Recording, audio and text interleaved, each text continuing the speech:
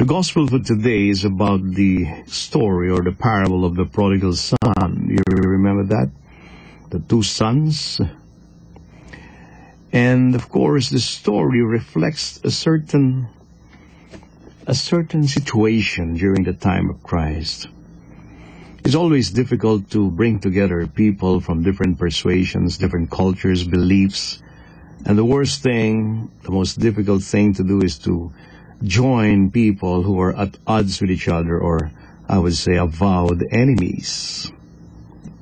Take, for example, Matthew and Peter.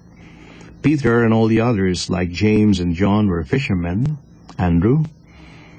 And as fishermen, they have to pay some sort of customs, duties, or taxes because they're doing commerce. And Matthew is one of those tax collectors.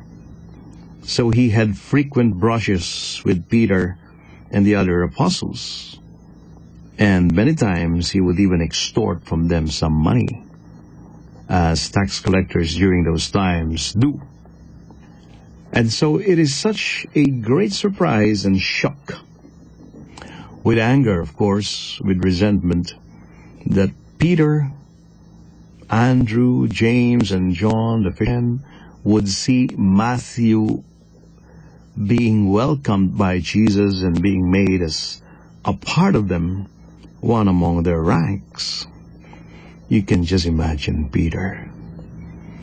Now, in order to quell this feeling of anger and surprise, shock, Jesus told this beautiful parable, the parable of the two sons. Jesus said, a man had two sons, and the younger son said to his father, Father, give me the share of your estate that should come to me. So the father divided the property between them. After a few days, the younger son collected all his belongings and set off to a distant country where he squandered his inheritance on a life of dissipation. Well, you know the rest of the story. There was a famine in the area, and then this boy forced himself to be hired out as one of those who would tend the pigs, the swine, and sometimes he even took a little of that swine feed to satisfy his hunger because nobody gave him anything. He was in dire poverty and misery, and so he thought, how many of my father's hired workers have more than enough food to eat? And here I am, dying of hunger. So he wanted to go back to his father, but he knows his sins, he knows his weakness and offenses.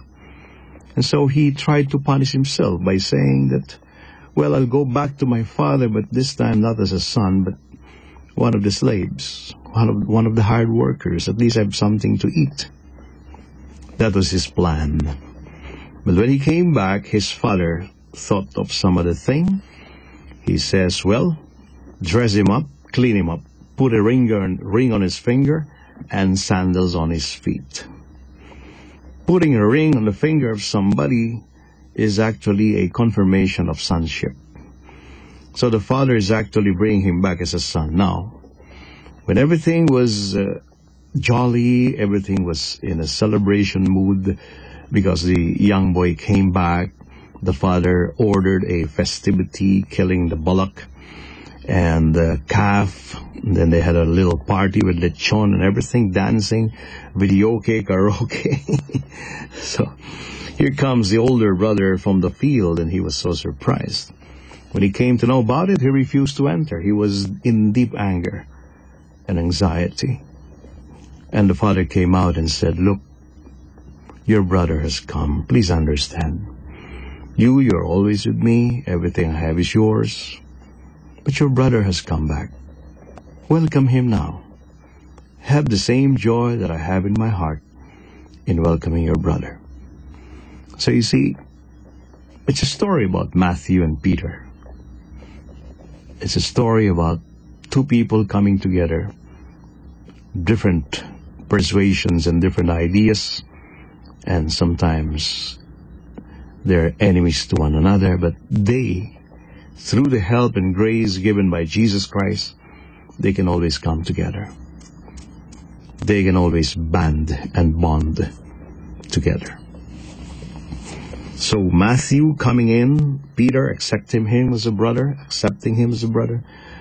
is Jesus' victory. In fact, a great victory. Now, if you have the chance in your life to have the same victory, then I think you're doing much, much more for the Lord and for the community.